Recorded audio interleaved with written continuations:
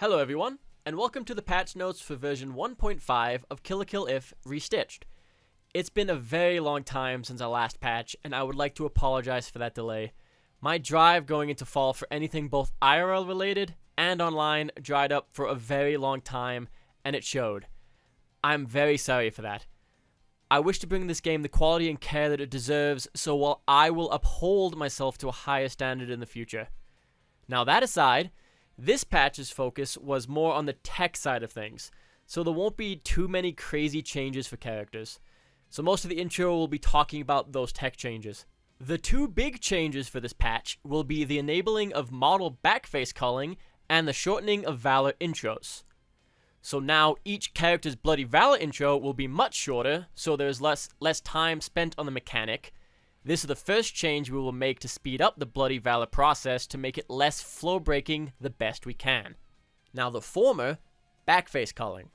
The change we have in place now allows all models in-game, both character and stage-related, to have this property where possible. This is a technique used by other games to help with performance, as it stops both sides of a model's polygons from being rendered when only one side would be seen during regular gameplay, saving on workload. Unfortunately, this does not apply to particles or effects in-game, but this should help with game performance on all machines. This change did cause a few issues as well, which caused further delay before fixes were found. There is also one more change we have implemented for all characters and their elim textures, which help the model determine how it should be lit in a scene. All characters now have access to the elim texture's blue channel, which allows specular lighting or a shine to be applied. This was already on Uzu, Gamagori, and Ryuko's Scissor Blade. So for all those modders who make custom colors, you will now have access to all aspects of each texture to work with. There will be a link in the description to a Guilty Gear Strive color mod guide that goes into more detail for how the game handles its shading, which includes the elim textures. So now with all that tech babble out of the way, here are the patch notes.